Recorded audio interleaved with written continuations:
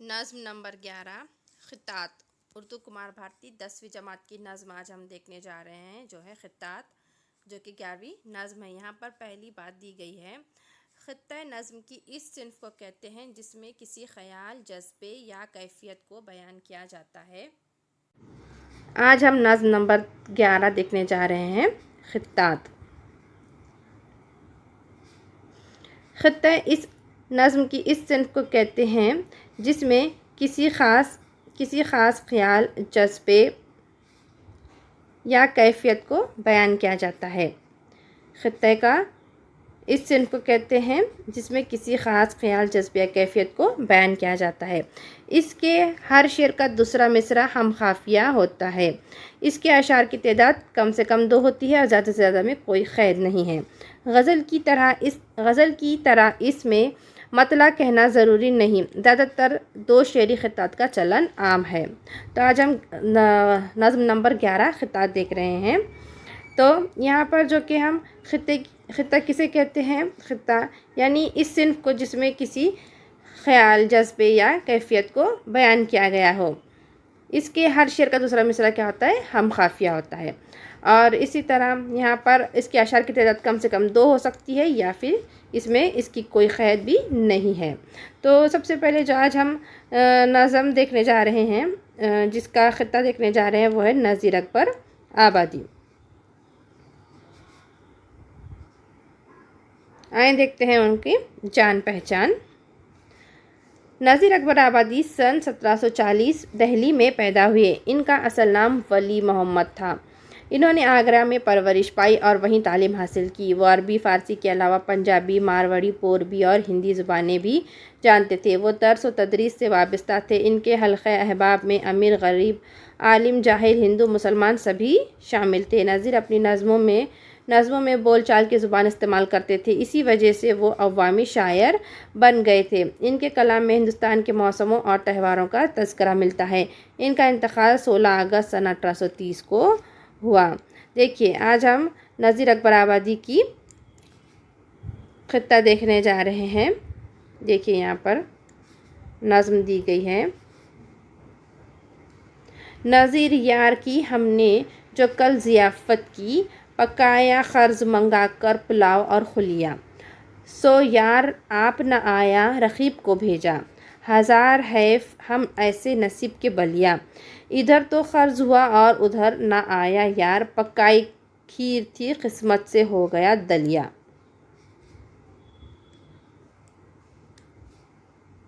دیکھیے، آج ہم جو نظم دیکھ رہے ہیں، خطہ سب سے پہلے نمبر 1 میں ہے نذیر اکبر آبادی، جنہیں عوامی شاعر بھی کہا جاتا ہے۔ دیکھیے، آج ہم جو خطہ دیکھنے جا رہے ہیں وہ نذیر اکبر آبادی کی خطہ ہے، جس میں نمبر 1 میں جب یہاں پر نذیر یار کی ہم نے کل جو ضیافت کی، پکایا قرض منگا کر پلاؤ اور خلیا۔ یہاں پر شاعر کیا کہنا چاہ رہے ہیں اس خطے میں؟ سو یار آپ نہ آیا، رقیب کو بھیجا، ہزار حیف ہم ایسے نصیب کے بلیا۔ ادھر تو قرض ہوا اور ادھر نہ آیا یار، پکائی کھیر تھی قسمت سے ہو گیا دلیا۔ یعنی اس خطے میں شاعر نے کیا کیا؟ ایک دلچسپ لطیفہ اور ایک منفرد یعنی کہ الگ طرح کا دلکش پیرائے بیان کیا ہے، اور آسان اور سادہ زبان اور بول چال کی زبان سے یہاں پر شاعر اپنے اس خطے میں کہنا چاہ رہے ہیں کہ کل ہم نے اپنے محبوب کی ضیافت، اس کی دعوت کا اہتمام کیا تھا۔ سوچا تھا کہ اس کے ساتھ بیٹھ کر دعوت ہو جائے گی، اور باوجود تنگ دستی کے، ہمارے مشکلیں اور غریبی کی وجہ سے تنگ دستی کے باوجود ہم نے کیا کیا تھا؟ قرض لیا، اور قرض لے کر ہم نے کیا کیا؟ قرض لے کر پلاؤ اور خلیا پکایا۔ لیکن محبوب کی جو ستم ظرفی، یعنی محبوب نے ان کے اوپر ستم کیا، اور ظالم خود نہیں آیا بلکہ کیا کیا؟ اس نے ہمارے رقیب کو دعوت کے مزے اڑانے کے لیے بھیج دیا۔ ہم بھی قسمت کے ایسی دھنی ہیں کہ قرض چڑھا کر ہم نے ایک تو سب سے پہلے قرض لے کر یہ ساری دعوت کا اہتمام کیا، سو الگ ہوا۔ بدقسمتی سے محبوب بھی نہیں آیا، یہ الگ اور نقصان ہو گیا۔ اس کے بعد رقیب دعوت میں آ جانے کی وجہ سے ہماری دعوت کا سارا جو مزہ تھا وہ سب کرکرا ہو گیا، یعنی مزہ بھی بد مزہ ہو گیا۔ اور اسی بات کو شاعر نے یوں کہا ہے کہ جیسا کہ ہم نے پکائی تھی کھیر، لطف اٹھانا چاہا تھا، کھیر پکا کر ہم ایک مٹھاس، ایک محبوب کے ساتھ ایک ایک خوشی کا پل یا پھر دعوت ہم جو کرنا چاہتے تھے، لیکن یہاں پر کیا ہو گیا کہ محبوب کے نہ آنے سے سارا کھانا بدمزہ ہو گیا، یعنی ہم نے پکائی تھی کھیر اور وہ بن گیا دلیا۔ اگلا خطہ دیکھیے بہادر شاہ ظفر کا ہے۔ محمد سراج الدین بہادر شاہ ظفر 24 اکتوبر سن 1775 کو دہلی میں پیدا ہوئے۔ وہ مغلیہ خاندان کے آخری تاجدار تھے۔ سن 1857 کی جنگ آزادی کی قیادت کی وجہ سے انگریزوں نے انہیں مذلول کر کے رنگون قید کر دیا تھا۔ 6 نومبر سن 1862 کو وہیں ان کا انتقال ہوا۔ بہادر شاہ ظفر شاعری کے قدردان ہی نہیں بلکہ خود بھی شاعر تھے۔ اردو کے مشہور شاعر ذوق اور ان کے انتقال کے بعد مرزا غالب سے انہوں نے اپنے کلام پر اصلاح لی۔ ظرف نے مختلف اثناء میں طبع آزمائی کی۔ ان کے کلام میں صفائی اور سادگی کے علاوہ ایک والہانہ بے خودی پائی جاتی ہے۔ آج ہم خطہ دیکھ رہے ہیں جو خطہ نمبر 2 ہے، جس میں ہم بہادر شاہ ظفر کا خطہ دیکھنا چاہ رہے ہیں، جس میں دیکھیے یہاں پر انہوں نے کیا بتایا ہے کہ کتنے ہی بن کے شہر کے اور گاؤں کے نشان، یوں مٹ گئے زمیں پہ جو پاؤں کے نشان، گر نخل خشک کوئی کہیں رہ گیا ظفر، پائے نہ اس کے پاؤں تلے چھاؤں کے نشان۔ دیکھیے اس خطے میں شاعر نے زمانے کے انقلابات اور اس کے بدلاؤ کا ذکر کیا ہے۔ جب سے دنیا آب و گل عالم وجود میں آئے ہیں، یعنی پانی، پیڑ پودے، پھول، یعنی کہ پاس کی پوری دنیا جب سے وجود میں آئی ہے، تغیر اور تبدل یعنی کہ تغیر یعنی کہ تبدیلی، بدلاؤ آنے کا سلسلہ ہمیشہ سے جاری و ساری ہے۔ کیا ہمیشہ سے ہم ایک ہی چیز دیکھتے آئے ہیں؟ نہیں، وقت بدلتا گیا، حالات بدلتے گئے اور زمانہ بھی بدلتا گیا، اور ہم بھی بدلتے ہوئے زمانے کے ساتھ اپنے آپ کو ڈھال ہی دیتے ہیں۔ یعنی جب سے یہ دنیا وجود میں آئی ہے تب سے لے کر آج تک کتنے بدلاؤ آئے ہیں۔ ہمارے پوروج جو تھے، ہمارے پرانے زمانے کے لوگ کس طرح زندگی گزر بسر کرتے تھے، اس طرح آج ہم کرتے ہیں کیا؟ نہیں۔ یعنی ہر وقت زمانہ بدلتا رہا ہے، یعنی جب سے دنیا وجود میں آئی ہے تب سے بدلاؤ کا سلسلہ جاری و ساری ہے۔ گلی محلے قریے گاؤں شہر روئے زمین پر، یہ سب زمین پر وجود میں آتے ہیں، پھر زمانے کے ہاتھوں مٹ جاتے ہیں، جس طرح پاؤں کے نشان زمین سے مٹ جاتے ہیں۔ اگر کوئی خشک پودا یا درخت کسی وجہ سے باقی رہ جاتا ہے تو شجر بے برگ و گل کسی کام کا نہیں رہتا۔ وہ چلچلاتی دھوپ میں راہی گروں کو سایہ فراہم کر سکتا ہے، نہ ٹھنڈک پہنچا سکتا ہے۔ دراصل شاعر اسی خطے کے ذریعے یہ پیغام دینا چاہتا ہے کہ یہ دنیا فانی ہے، یعنی فنا ہونے والی ہے، یہاں کی ہر چیز فانی ہے۔ یہ نظام قدرت کا ہے، یہ نظام قدرت ہے کہ ایک مقرر میعاد کے بعد ہر چیز فنا ہو جاتی ہے اور دوسری چیز اس کی جگہ لے لیتی ہے، اور یہ سلسلہ قیامت تک چلتا رہے گا۔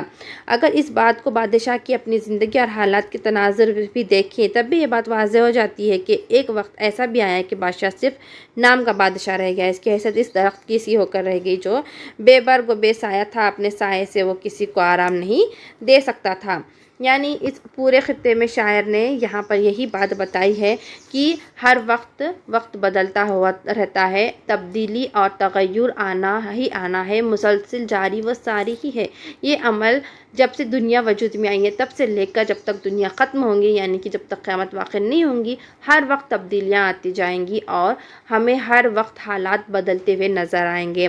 جس طرح یہ دنیا فانی ہے، یہاں ہر چیز ایک معیار مقرر کے لیے ہے، یعنی ایک وقت کے لیے ہے، اس کے بعد وہ فنا ہو جائے گی، اس کے بعد دوسری چیز اس کی جگہ لے لے گی۔ یعنی جب کہ بادشاہوں کا دور ہوتا تھا، پھر بادشاہ صرف نام کا بادشاہ رہ گیا، اور اسی طرح وہ ایک درخت کی مانند ہے جو کہ درخت پر کوئی پتا پیڑ پودا کچھ بھی نہیں بچا ہے، بس وہ نہ لوگوں کو ٹھنڈک پہنچا سکتا ہے، نہ سایہ دے سکتا ہے، بس وہ وہاں پر کھڑا ہے۔ یعنی وہ ایسا ہو جائے گا کہ بے برگ و بے سایہ تھا، یعنی اپنے سایہ سے وہ کسی کو آرام نہیں دے سکتا تھا۔ یعنی یہاں پر یہ بات دی ہے کہ پائے نہ اس کے پاؤں تلے چھاؤں کے نشان۔ آئیے آگے کی خطہ دیکھتے ہیں۔ نمبر 3 ہے علامہ اقبال۔ علامہ اقبال کا نمبر 3 خطہ ہے۔ آج ہم اپنے اس خطے میں نمبر 3 پر علامہ اقبال کا خطہ دیکھنے جا رہے ہیں۔ علامہ محمد اقبال 9 نومبر سن 1887 کو سیالکوٹ میں پیدا ہوئے۔ ان کی ابتدائی تعلیم گھر اور مکتب میں ہوئی، بعد میں انہوں نے اسکاچ مشن اسکول سیالکوٹ میں داخلہ لیا۔ علامہ اقبال نے گورنمنٹ کالج لاہور سے فلسفے میں ایم اے کیا۔ سن 1905 میں وہ اعلیٰ تعلیم حاصل کے لیے انگلینڈ گئے۔ جرمنی سے انہوں نے پی ایچ ڈی کی ڈگری حاصل کی۔ ہندوستان آ کر وہ بیرسٹر وہ بیرسٹری کرنے لگی۔ علامہ اقبال نے اپنی شاعری کا پیغام کا ذریعہ بنایا۔ علامہ اقبال نے اپنی شاعری کو پیغام کا ذریعہ بنایا۔ ان کے افکار میں فلسفہ خودی کو ایک خاص حیثیت حاصل ہے۔ بانگ درا اور بال جبریل اور ضرب کلیم۔ بانگ درا، بال جبریل اور ضرب کلیم ان کے مشہور اردو شعری مجموعے ہیں۔ نثر میں ان کی کتابیں علم الاقتصاد، فلسفہ اجماع، تشکیل جدید الحیات اسلامیہ بہت اہمیت رکھتی ہے۔ انہوں نے بچوں کے لیے بھی کئی نظمیں لکھی ہیں۔ 21 اپریل سن 1938 کو ان کا انتقال ہوا۔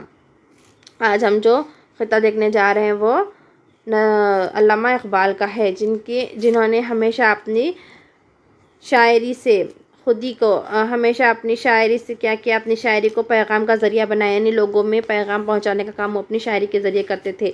بانگ درا اور بال جبریل اور ضرب کلیم ان کے مشہور شعری مجموعے ہیں۔ بچوں کے لیے بھی انہوں نے کئی نظمیں لکھی ہیں اور ہمیشہ انہوں نے اپنی نظم سے لوگوں کو ایک خودی یعنی کہ خود سے عمل کرنے کی کوشش کرنے کی انہوں نے ہمیشہ یہی لوگوں کو پیغام پہنچایا ہے۔ تو آئیں دیکھتے ہیں ان کا خطہ۔ مجھے ڈرا نہیں سکتی فضا کی تاریکی، مجھے ڈرا نہیں سکتی فضا کی تاریکی، میری سرشت میں ہے پاکی وہ درخشانی، تو اے مسافر شب خود چراغ بن اپنا، کر اپنی رات کو داغ جگر سے نورانی۔ دیکھیے آج ہم جو خطہ دیکھنے جا رہے ہیں علامہ اقبال کا ہے۔ اس میں شاعر کہتے ہیں کہ وہ لوگ جن کی فطرت صالح ہو، جن کے مزاج میں نیکی اور پاکیزگی ہوتی ہے، جن کے باطن میں اعلیٰ خیالات کی کردار کی روشنی ہو، اپنے آس پاس کے ماحول کو اندھیرے سے خوفزدہ نہیں ہوتے، بلکہ وہ اپنے آس پاس کے ماحول کے اندھیرے سے خوفزدہ نہیں ہوتے، بلکہ اس ماحول پر حاوی ہو کر وہ اسے روشندار اور تابناک بناتے ہیں یا بنانے کی کوشش کرتے ہیں۔ پھر شاعر مسافر شب سے مخاطب ہو کر کہتا ہے کہ اے مسافر شب، مراد چاند، یہاں پر مسافر شب یعنی رات کا مسافر کون ہے؟ چاند ہے۔ تجھے اگر اندھیاری راتوں میں سفر کرنا ہے تو کسی چراغ کی روشنی کے رحم و کرم پر اپنا سفر جاری مت کر، تو کیا کر، خود اپنا چراغ بن جا اور اپنے داغ جگر کی روشنی میں اپنے سفر کا آغاز کر۔ تیرا داغ جگر تیری خود کی حرارت و تپش سے روشن ہوگا اور تیرے راستے کی تاریکی یعنی کہ اندھیری دور ہوگی، اور تو کسی اور روشنی کا احسان مند نہیں رہے گا، یعنی تو خود سے ہی اپنے آپ کو اجالا کر سکتا ہے۔ اپنے داغ جگر یعنی کہ اپنے جگر کی روشنی سے اپنا خود کا چراغ بن اور جا اور اپنے سفر کا آغاز کر۔ تیرا داغ جگر تیری خود کی حرارت و تپش سے روشن ہوگا اور تیرے راستے کی تاریکی بھی دور ہو جائے گی۔ یہاں پر شاعر یہ کہنا چاہتے ہیں کہ جو بھی اس خطے میں شاعر نے صرف یہی کہا ہے کہ مسافر یعنی شب یعنی چاند کو نصیحت کر رہا ہے کہ اسی طرح اسے خودی کا درس دے رہا ہے۔ وہ اس سے کہہ رہا ہے کہ اس کی رات کی تاریکی سے ڈرنے کی ضرورت نہیں ہے، بلکہ تو خود اپنا چراغ بن کر اپنا راستہ ڈھونڈ، اور اپنا چراغ بننے کے لیے اسے اپنے سینے کے زخموں کو روشن کرنا ہوگا۔ دیکھیے اگلا خطہ دیا گیا ہے یہاں پر خطہ نمبر 4 گوپال متل۔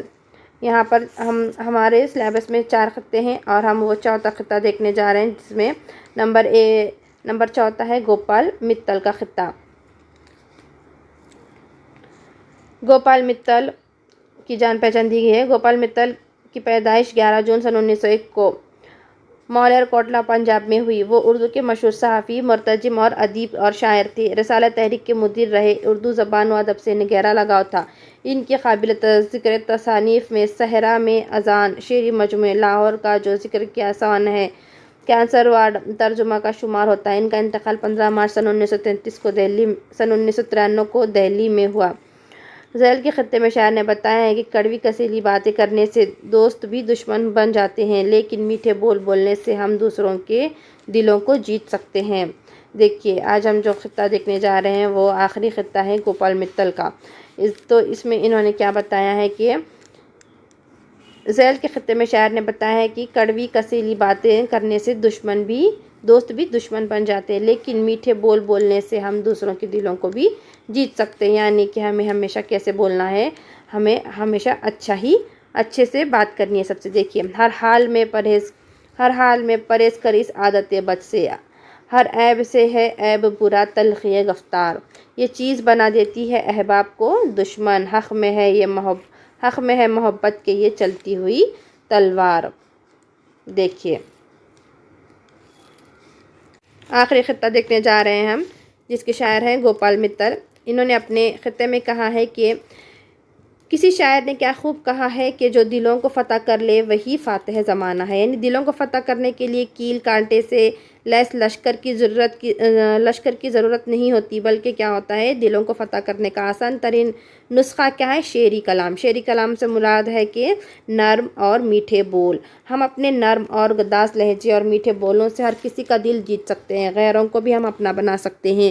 اس کے علاوہ اگر ہمارا لہجہ کڑوا کسیلا ہے اور ہمارے انداز گفتگو میں تلخی ہے تو ہمارے اپنے دوست بھی ہم سے دور بھاگتے ہیں، ہمارے اپنے دوست ہمارے مخالف اور ہمارے دشمن بن سکتے ہیں۔ اسی بات کو شاعر نے اس خطے میں بیان کیا ہے کہ تلخی گفتار ہر عیب سے برا عیب ہے، اس بری عادت سے ہمیں ہر حال میں پرہیز کرنا چاہیے۔ ہماری یہ بری عادت ہمارے دوستوں کو دشمن بنا دیتی ہے۔ یہ عادتیں بد محبت کے حق میں چلتی ہوئی تلوار کی طرح ہے، یعنی ہم اپنی اس بری عادت کی وجہ سے اپنے چاہنے والوں کو اپنا حریف اور اپنا دشمن بنا سکتے ہیں۔ اسی لیے ہمیں ہمیشہ کیسے بول بولنے ہیں، اچھے اور میٹھے بول بولنے ہیں۔ آئے دیکھتے ہیں یہاں پر معنی و اشارات دیے گئے ہیں۔ ضیافت یعنی کہ دعوت، رقیب یعنی کہ حریف، ہزار حیف یعنی کہ نہایت افسوس، نصیب کے بلیا یعنی قسمت کا دھنی تنزن بد نصیب، پکائی کھیر ہو گیا دلیا یعنی کچھ اور ہو گیا کچھ۔ نخل یعنی کہ درخت، سرشت یعنی فطرت، درخشانی چمک، تابانی روشنی، داغ جگر کا زخم، تلخی گفتار یعنی باتوں کی کڑواہٹ۔ تو آج ہم نے یہاں پر معنی اشارات بھی مکمل ہوئے اور ہمارے یہ خطے بھی مکمل ہوئے۔ اسی کے ساتھ ہم نے یہاں پر تمام معنی اشارات مکمل کیے ہیں، اور ہم اپنے اگلے ویڈیو میں کیا کریں گے، اس خطے کے سوال و جواب دیکھیں گے، اور یہاں پر چاروں بھی خطوں کے ہم اپنے اگلے ویڈیو میں سوال و جواب دیکھیں گے۔ تو ہمارے چینل کو سبسکرائب کریں، ویڈیو کو شیئر اور لائک کریں۔